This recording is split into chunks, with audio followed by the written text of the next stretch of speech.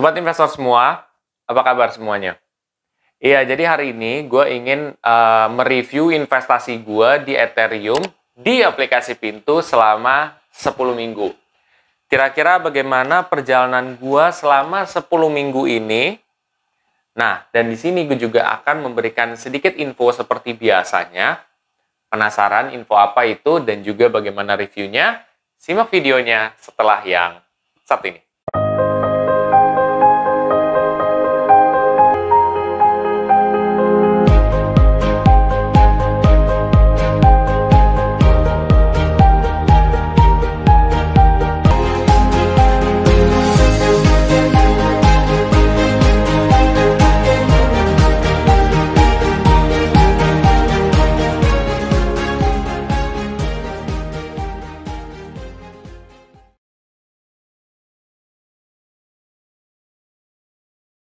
Jadi ketika gue mau review, seperti biasa, gue itu melakukan disclaimer. Ya, satu, keputusan investasi ada di diri kita masing-masing.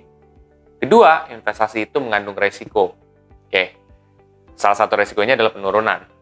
Nah, kenapa sih gue selalu menggunakan disclaimer? Ya, lagi-lagi gue itu adalah orang biasa. Ya, sekalipun kita profesional, kita nggak bisa yang menghindari penurunan. Jadi makanya gue selalu bilang bahwa sebenarnya ya investasi itu mengandung resiko gitu. Oke.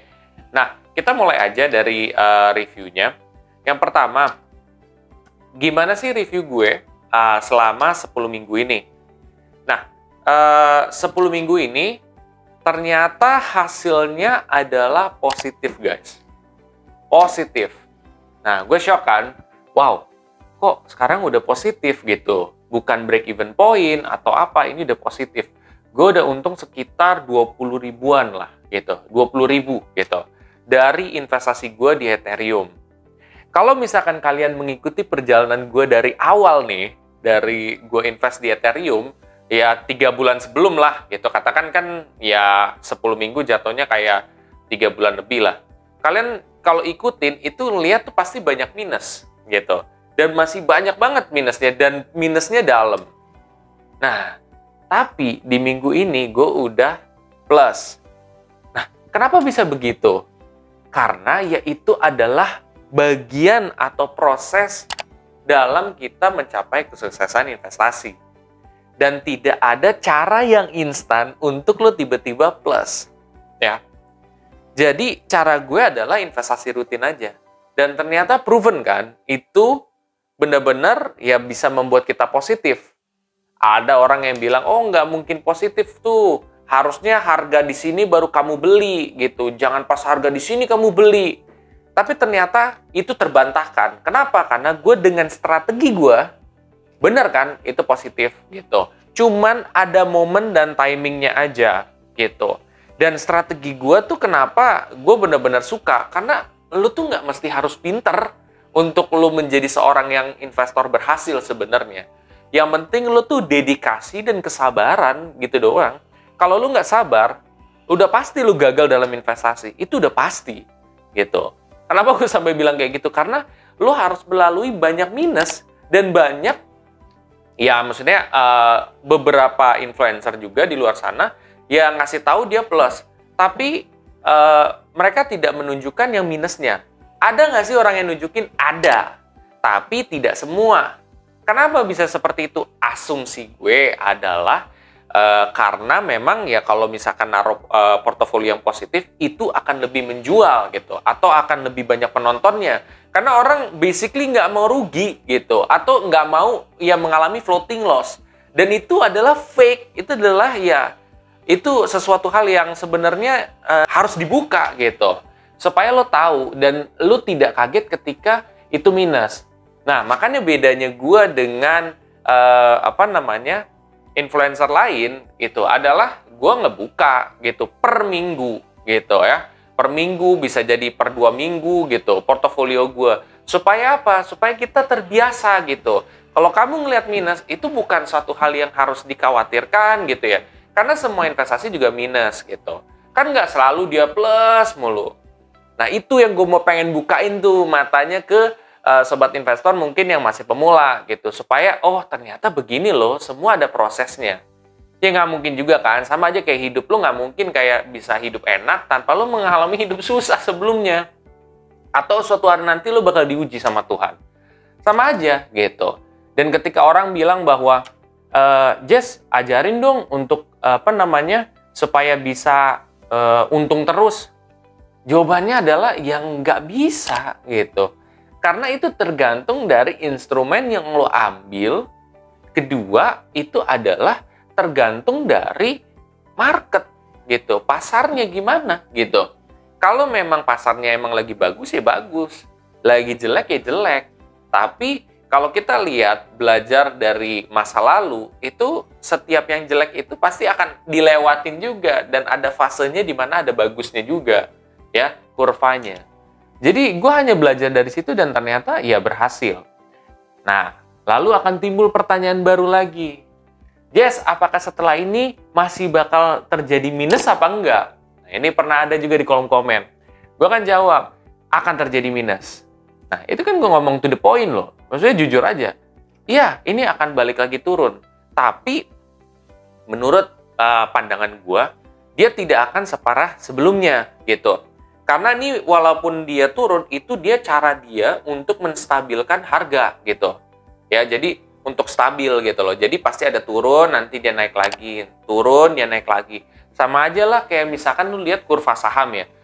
Kurva saham itu dia nggak selalu naik. Terus pasti kan dia ada 1 hari atau 2 hari dia turun. Terus naik gitu.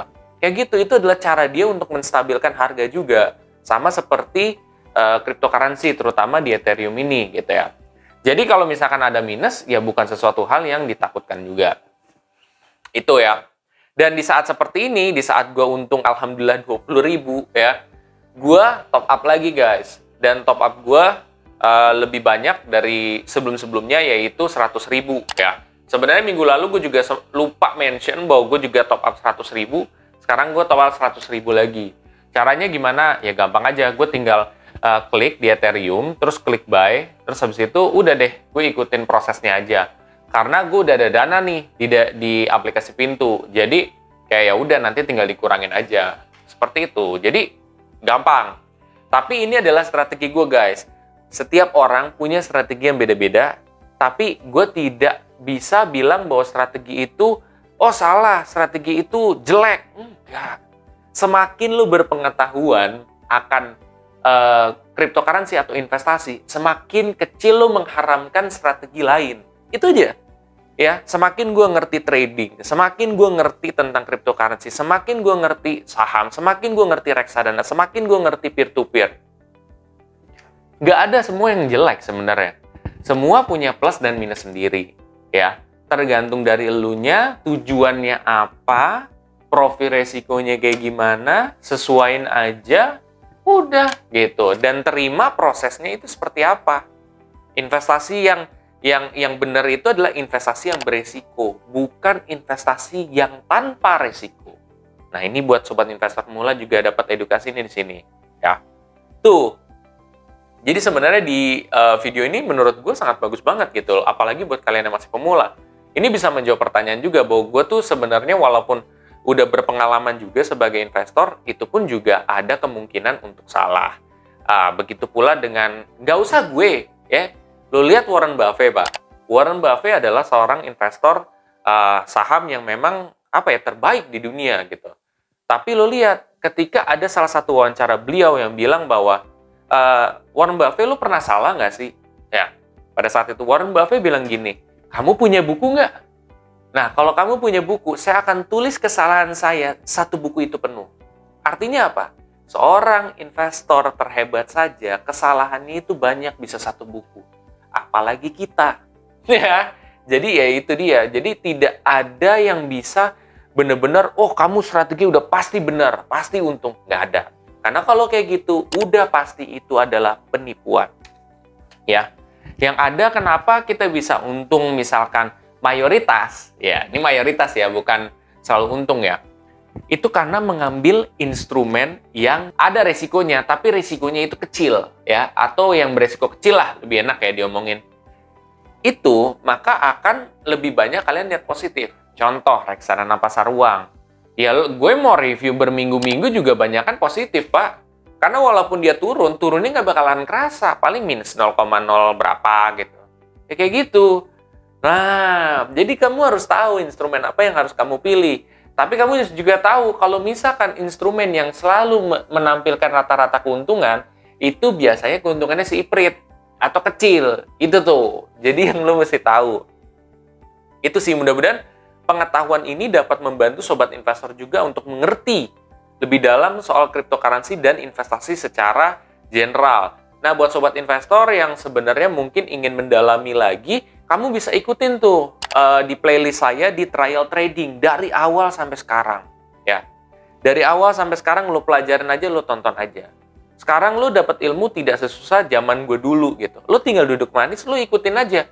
Mau lo dengerin gue ngebacot terus aja. Tapi akhirnya nanti ketika lo sudah sampai ke 10 minggu, lo pelajarin, oh gue ngerti maksudnya begini ya gitu.